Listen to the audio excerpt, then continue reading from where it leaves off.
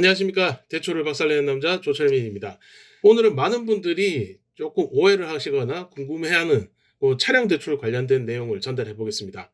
자, 우리가 흔히 생각하기에는 내가 만약에 1,000만 원짜리 차를 갖고 있다. 그러면은 여기에 대해서 거의 내 차량의 한 80%까지 대출이 나오지 않겠냐. 800만 원까지. 이게 이제 기본적인 상식입니다. 그런데 요즘 들어서는 직장이 있거나 사업자가 있거나 이런 분들이 1,000만 원짜리 차를 갖고 있다면 차량 시세만 반영을 하는 게 아니라 이 사람이 미래에 벌어들일 소득, 장점까지 플러스를 해서 한도를 뻥튀기 해줍니다. 그 말 그대로 사업자 같은 경우에는 2,000만 원짜리 차로 5,000만 원을 받으시는 분들도 계시고, 직장인들 같은 경우는 정말 웃겼던 사례가 1,000만 원짜리 경차를 가지고 대출 한도가 1억이 나오신 분들도 있었습니다.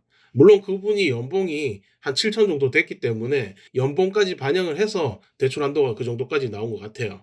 자, 그러니 이게 사실 이런 황당한 결과가 나오는 상품이 운영되는 이유는 간단합니다. 일반 직장인 신용대출, 프리랜서 대출, 주부 대출, 예전에 잘 나오던 무직자 대출, 이런 상품들이 현재는 없습니다. 말로는 홈페이지 들어가면은 이런 상품이 있다고 적혀 있겠지만 실제 운영이 되질 않습니다.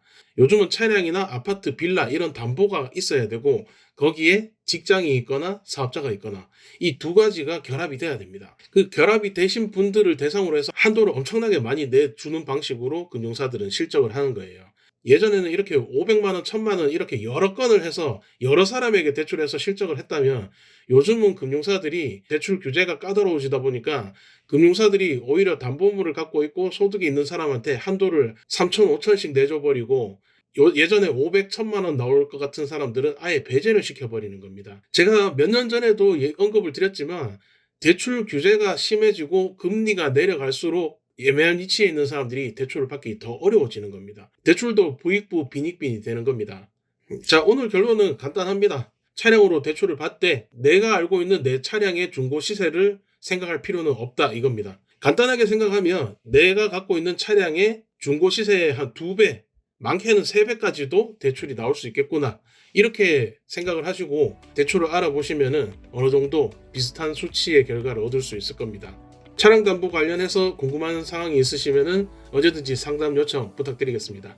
감사합니다.